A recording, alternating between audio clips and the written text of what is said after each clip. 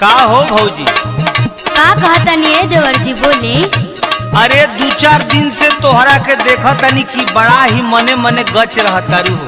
का कहिए देवर जी, बड़ा खुशी के बात बना, यही से गच बने। का बात बा हो, का बात बा? जाना तनी देवर जी, अपन मुखिया जी पूरा पंचायत में पानी पानी कोई दिल बा। कैसे हो भौजी, कैसे? गावा गाई कोइले बड़े पानी के व्यवस्था। ई बेटा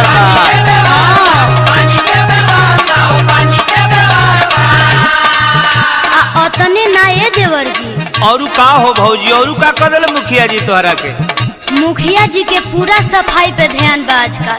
अच्छा, नाला नूली साफ कोइले कोई दिहल रास्ता।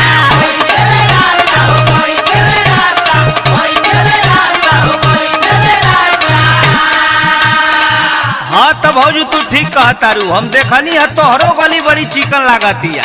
आ सही ये देवर जी, वहाँ के ध्यान तो हमारी पर बटले बा। हाँ भोट दिहला के सचो खानी फल देखनी, हम तो मुखिया के रात चप्पा फल देखनी।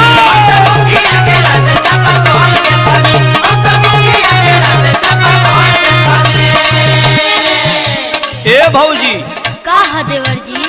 हम देखनी है कि तोहरो दुआरी पर टोटी पानी गिरावत है, एकरा मतलब तू हो सरकारी पानी पियत हो ना?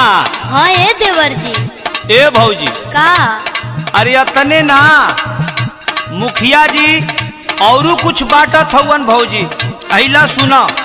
का बाटा तनी मुखिया जी, सुनाई सुनाई ये देवर जी। कोटा से दिया तरला चाउर गेहूं दलिया। हाँ।